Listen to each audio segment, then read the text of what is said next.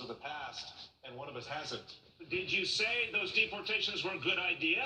Or did you go to the president and say, this is a mistake, we shouldn't do it? Which one? I was vice president. I am not the president. I keep my recommendation in private. You invoke President Obama more than anybody in this campaign. You can't do it when it's convenient and then dodge it when it's not. Biden defending the former president. Voters want to know how you're going to be different than another 4 years of Barack Obama. On immigration, for instance, what are you going to do differently from Obama? The world has changed since Obama. He focused on immigration, and what he did was serious. He changed the dialogue. He changed the whole question. He changed what was going on. And the idea that somehow it's comparable to what this guy's doing is absolutely bizarre. Biden is also standing up for Obamacare after his plan to build on it came under repeated attack from Senator Kamala Harris.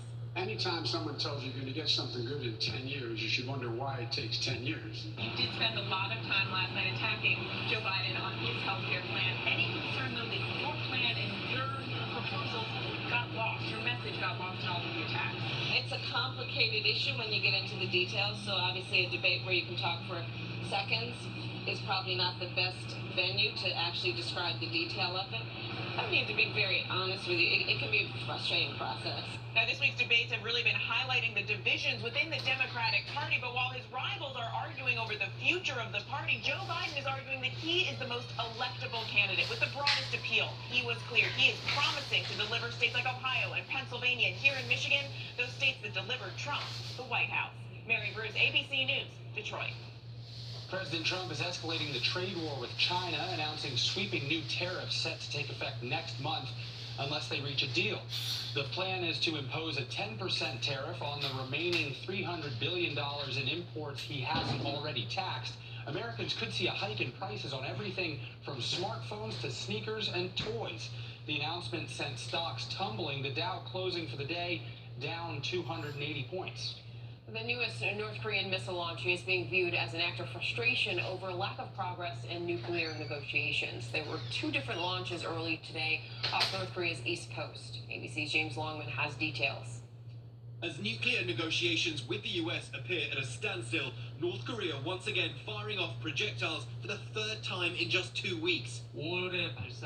South Korea's Joint Chiefs saying at least 2 missiles were fired, US officials confirming at least 1, and that they appear similar to the short-range ballistic missiles launched earlier this week. Kim Jong-un watching those tests closely, about a month after he met with President Trump at the demilitarized zone. Would you like me to set the test? President Trump downplaying these new tests, saying they don't stop his ability to negotiate with Kim. Short-range missiles, we never made an agreement on that. I have no problem. We'll see what happens. But these are short-range missiles. They're very standard. This launch comes as Mike Pompeo is in Thailand at an annual Southeast Asian summit. Pompeo hoped he may discuss restarting negotiations with the North Koreans. They did not attend, but their presence very much felt. James Longman, ABC News in London. The leader of the Navy SEALs is saying bluntly, we have a problem. Reports say Rear Admiral Colin Green has sent a strongly worded letter to his command addressing a string of disciplinary problems. Green's letter calls for those breakdowns to be, quote, addressed immediately. That follows an entire SEAL team being sent home from Iraq amid allegations of sexual assault and drinking, while a different SEAL team was also disciplined for allegedly using drugs last year.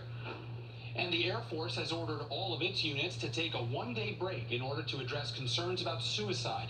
So far this year, the Air Force says it has had 78 members take their own lives. That's nearly 30 more than at the same point last year. Every Air Force unit will suspend operations for one day between now and the middle of next month so they can address the problem. Breaking overnight, we're learning about yet another tragic death of a baby inside a hot car. This time, police near Dallas say a man found his 9-year-old daughter unconscious in the back seat after he had driven to a car wash. Police are still investigating, but say they believe the baby had been in the car for an extended period of time. And here in New York, prosecutors have decided not to press charges for now against a grieving father who left his 1-year-old twins in the backseat of his sweltering car for 8 hours. An inconsolable Juan Rodriguez appeared in court for the hearing but did not speak. Prosecutors say they'll continue investigating. Another court hearing is set for August 27th.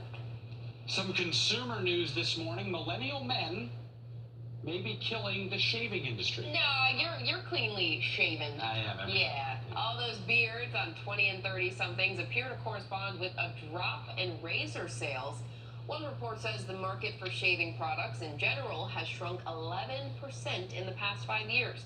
And for razors and blades in particular, sales have fallen 8% in the last 3 years. That no-shave November, it took over. I can't. This is the best. Right. Yeah, I understand.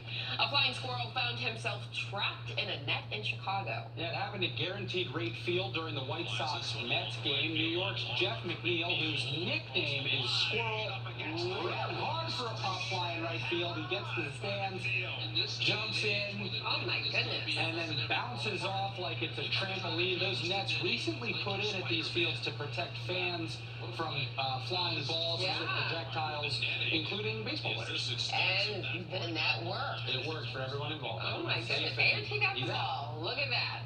And coming up, psychological thriller and a Fast and Furious spin-off. They're facing off this weekend at the box office. But first, the father and son duo who bravely took on an armed robber inside a 7-Eleven store. The whole thing caught on camera. And we're counting down to one of the hottest country music events of the season.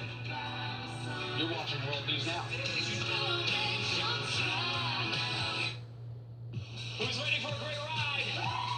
Ready to work out my constipation? Let's not talk about constipation. Senecot's natural vegetable laxative ingredient means occasional constipation won't be on your mind. Keep it moving, people. Am I right? Come on, everybody. Work it out. Say no more to occasional constipation with clinically proven effective Senecot. Also try new Senecot Ginger Care, made from natural ginger root. Helps relieve occasional upset stomach and nausea.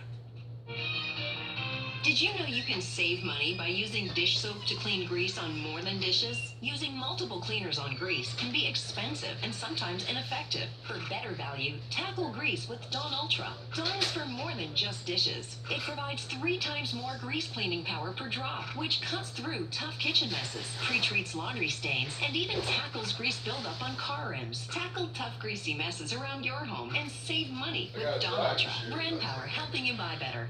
My friends keep me on the go, even when my back pain says stop. New Aspercreme Warming Patch. Discreet medicated warmth. Relieves pain up to 8 hours with no odor. All we smell is fresh air.